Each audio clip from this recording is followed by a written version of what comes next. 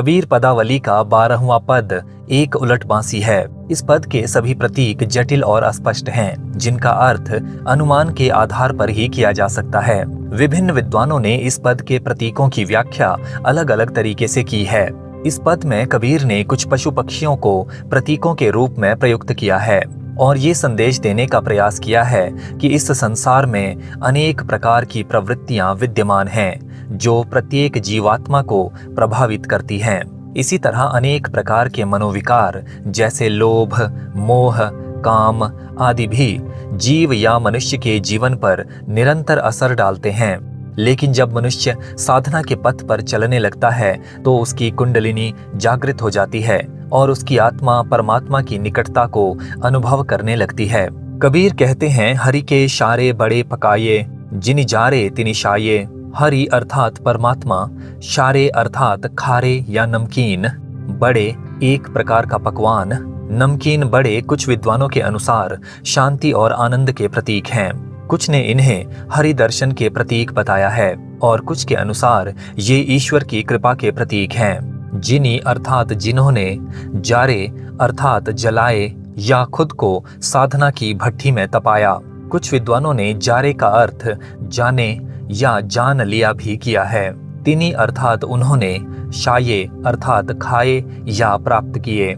हरि के शारे बड़े पकाये। कबीर कहते हैं कि परमात्मा की इस सृष्टि में आनंद और शांति रूपी नमकीन बड़े या पकवान निरंतर पक रहे हैं। दूसरा अर्थ इस प्रकार किया जा सकता है कि परमात्मा के दर्शन रूपी नमकीन बड़े या पकवान इस सृष्टि में निरंतर पक रहे हैं। एक और अर्थ इस प्रकार किया जा सकता है कि परमात्मा द्वारा रचित इस सृष्टि रूपी चूल्हे पर प्रभु की कृपा रूपी नमकीन बड़े निरंतर पक रहे हैं। जिनि जारे तिनि शाये अर्थात जो खुद को साधना की आग में जलाते हैं या कठोर साधना करते हैं, वे ही ये आनंद रूपी बड़े खा सकते हैं या प्रभु के दर्शन और कृपा प्राप्त कर सकते हैं। दूसरा अर्थ इस प्रकार किया जा सकता है कि जो इन नमकीन बड़े रूपी आनंद या कृपा को अच्छी तरह जान लेता है, वही इसका आस्वादन कर सकता है। यहाँ पर जिनि जारे शब्दों में अनुप्रास अलंकार है। ज्ञान अचेत फिरै नर लोई, ताथें जन्मी जन्मी डहकाये। ज्ञान अचेत अर्थात आध्यात्मिक ज्ञान से रहित, ज्ञानहीन या अज्ञानी। नर अर्थात मनुष्य या जीव। लोई शब्द का प्रयोग लोक या संसार के अर्थ में किया गया है। ताथें अर्थात इस कारण या इसलिए। डहकाये अर्थात धोखा खाते हैं, ठगे जाते हैं या कष्ट भोगते हैं। ज्ञान अचेत फिरै नर लोई। कबीर कहते हैं कि अनेक मनुष्य आध्यात्मिक ज्ञान या आध्यात्मिक चेतना से रहित होकर संसार में फिरते हैं या भटकते रहते हैं। तात हैं जन्मी जन्मी डहकाये और इस कारण अनेक जन्मों तक धोखा खाते हैं या ठगे जाते हैं।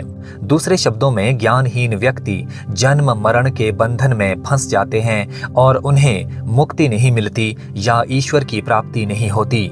वे हर जन्म में कष्ट भोगते हैं। यहाँ पर जन्मी जन्मी शब्दों में पद मैत्री है। अगली पंक्तियों में संत कबीर विभिन्न पशु पक्षियों को प्रतीकों के रूप में प्रयोग करके ये विचार व्यक्त करते हैं कि संसार में अनेक प्रकार की नकारात्मक प्रवृत्तियां सक्रिय हैं और सामान्य जीव उनके प्रवाह में बहता रहता है या नकारात्मक प्रवृत्तियों के जाल में फंसकर अनेक प्रकार के आडंबर और अजीबोगरीब हरकतें करता रहता है। कबीर कहते हैं, धौल मंदलिया बैल रबाबी, कौवा ताल बजावे। धौल अर्थात धवल या उजले रंग का बैल। धौल यहाँ पर मोह का प्रतीक है। मंदलिया अर्थात मर्दल नामक वाद्य, सरलता के लिए इसे मृदंग भी कहा जा सकता है। बैल अर्थात सामान्य बैल जो कि लालच का प्रतीक है। रबाबी अर्थात रबाब नामक वाद्य यंत्र। कौवा या कौवा यहाँ पर क्रोध का प्रतीक है। ताल बजावे अर्थात ताल देता है या ताली या चुटकी बजाता है। धौल मंदलिया बैल रबाबी। कबीर कहते हैं कि मोह रूपी उजला बैल मर्दल या मृदंग बजा रहा है। लालच रूपी सामान्य बैल रबाब बजा रहा है। कौवा ताल बजावे और क्रोध रूपी कौवा ताल दे रहा है या इन वाद्यों के साथ अपनी ताल मिला रहा है। दूसरे शब्दों में सामान्य जीवात्माओं को लुभाने के लिए मोह, लोभ और क्रोध ने मिलकर मधुर संगीत छेड़ दिया है या अपना जाल बिछाना शुरू कर दिया है। पहरी चोलना गादह नाचे, भैंसा नृत्य करावे।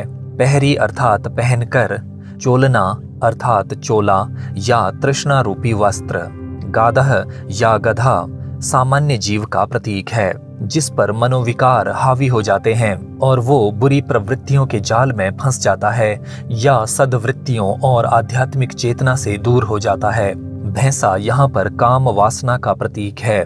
नृत्य करावे अर्थात नृत्य करवाता है या मन चाहे काम करवाता है। पहरी चोलना गादह नाचे अर्थात तृष्णा का चोला पहनकर गधा रूपी सामान्य जीव नृत्य कर रहा है या मोह, लालच और क्रोध की धुन पर नाच रहा है या इन सब के वशीभूत होकर ऊटपटांग हरकतें कर रहा है। भैंसा नृत्य करावे और इस सामान्य जीव से काम वासना रूपी भैंसा भी नृत्य करवा रहा है या वासना इसे अपने इशारों पर नचा रही है। अगली पंक्तियों में संत कबीर ने सकारात्मक प्रवृत्तियों की बात की है और आध्यात्मिक ज्ञान या आध्यात्मिक चेतना के द्वारा परम तत्व या परमात्मा की प्राप्ति की ओर भी संकेत किया है। कबीर कहते हैं, स्यंघ बैठा पान कतरे, घूस गिलौरा लावे।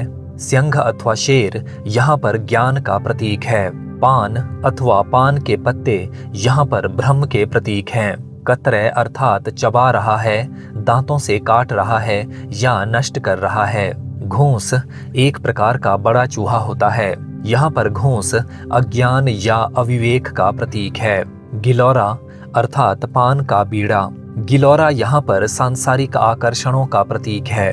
स्यंघ बैठा पान कतरे अर्थात ज्ञान रूपी शेर बैठकर ब्रह्म रूपी पान के पत्ते चबा रहा है या उन्हें नष्ट कर रहा है, यानी ज्ञान के द्वारा सारी दुविधाएं, सारी आशंकाएं और सारे भ्रम दूर किए जा रहे हैं। घूस गिलौरा लावे अज्ञान या अविवेक रूपी बड़ा चूहा आकर्षण रूपी गिलौरी या पान का बीड़ा लाकर ज्ञान रूपी शेर को दे रहा है, किंतु ज्ञान किसी भी आकर्षण से प्रभावित नहीं होता। कबीर कहना चाहते हैं कि ऐसे समय में जब संसार में बुरी प्रवृत्तियां हावी हैं और सामान्य जीव उनके प्रभाव में आकर निकृष्ट जीवन जी रहा है, कुछ जीवात्माएं या कुछ साधक ज्ञान और साधना के द्वारा ब्रह्म तथा माया के आकर्षण को निष्क्रिय कर रहे हैं या नष्ट कर रहे हैं। उंदरी बपुरी मंगल गावे, कछु एक आनंद सुनावे। उंदरी अथवा छोटी चूहिया यहाँ पर भक्ति या समर्पण की प्रतीक है।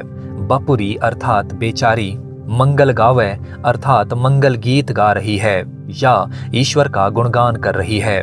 कछु एक अर्थात कुछ एक या थोड़े बहुत। कुछ विद्वानों ने कछु शब्द का अर्थ कछुआ किया है और उसे अहंकार का प्रतीक माना है। उंदरी बपुरी मंगल गावे। कबीर कहते हैं कि ऐसे में भक्ति रूपी चूहिया बेचारी मंगल गीत गा रही है।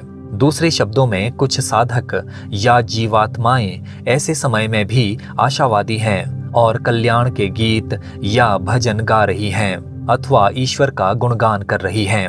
कछु एक आनंद सुनावे। कुछ जीवात्माएं अपने आनंद को प्रदर्शित कर रही हैं। दूसरे शब्दों में कुछ जीवात्माएं जो आध्यात्मिक रूप से जागृत हैं, वे आध्यात्मिक साधना से मिलने वाले आनंद के अनुभव दूसरी जीवात्माओं को सुना रही हैं। कहे कबीर सुनहूं रे संतौ, गडरी पर्वत खावा। गडरी अर्थात गेंडुरी या एक प्रकार की कीड़ी। गडरी यहाँ पर कुंडलिनी शक्ति की प्रतीक है। कुछ विद्वानों ने गडरी का अर्थ भेड़ भी किया है। पर्वत यहाँ पर मेरुदंड या सुषुम्ना नाड़ी का प्रतीक है। कहे कबीर सुनहु रे संतौ। कबीर कहते हैं कि हे संतो या हे साधको, गडरी पर्वत खावा। अब गेंडुरी या कीड़ी रूपी कुंडलिनी ने मेरुदंड या सुषुम्ना रूपी पर्वत को खा लिया है या अपने अधिकार में ले लिया है। दूसरे शब्दों में कुंडलिनी ने जागृत होकर मेरुदंड रूपी पर्वत में ऊपर चढ़ना शुरू कर दिया है, यानी साधक की साधना उस अवस्था में पहुंच गई है जहां पर उसकी कुंडलिनी षट चक्रों को धीरे धीरे पार कर रही है। यहाँ पर कहे कबीर शब्दों में अनुप्रास अलंकार है। चकवा बैसी अंगारे निगले, समंद आकाशां धावा। चकवा एक पक्षी का नाम है। यहाँ पर चकवा संभवतः मन का प्रतीक है। बैसी अर्थात बैठकर, आराम से या सहजता से। अंगारे अथवा जलते हुए कोयले आसक्तियों के प्रतीक हैं। निगले अर्थात खा रहा है या प्रभाव नष्ट कर रहा है। समंद या समुद्र जीवात्मा या मूलाधार में विद्यमान ऊर्जा का प्रतीक है। आकाशां अर्थात आकाश की ओर। आकाश यहाँ पर परमात्मा या सहस्रार चक्र का प्रतीक है। धावा अर्थात दौड़ रहा है या तेजी से चल रहा है। चकवा बैसी अंगारे निगले अर्थात साधक का मन बड़े आराम से या बड़ी सहजता से आसक्ति रूपी अंगारों को निगल रहा है या आसक्तियों का प्रभाव नष्ट कर रहा है। कबीर कहना चाहते हैं कि साधक का मन आध्यात्मिक रूप से उस ऊंचाई पर पहुंच गया है या इतना अधिक परिपक्व हो गया है कि उस पर अब कुप्रवृत्तियों, कुविचारों, आसक्तियों और अनेक प्रकार के आकर्षणों का जरा भी प्रभाव नहीं पड़ता। समंद आकाशां धावा अर्थात साधक के मूलाधार में विद्यमान ऊर्जा या प्राण शक्ति बड़ी तीव्रता से सहस्रार चक्र की ओर दौड़ रही है, यानी अधोगामी ऊर्जा या प्राण शक्ति ऊर्ध्वगामी हो गई है। इसका दूसरा अर्थ इस प्रकार हो सकता है कि जीवात्मा या साधक की चेतना परमात्मा की ओर दौड़ चली है या सक्रिय होकर परमात्मा को पाने का प्रयास कर रही है।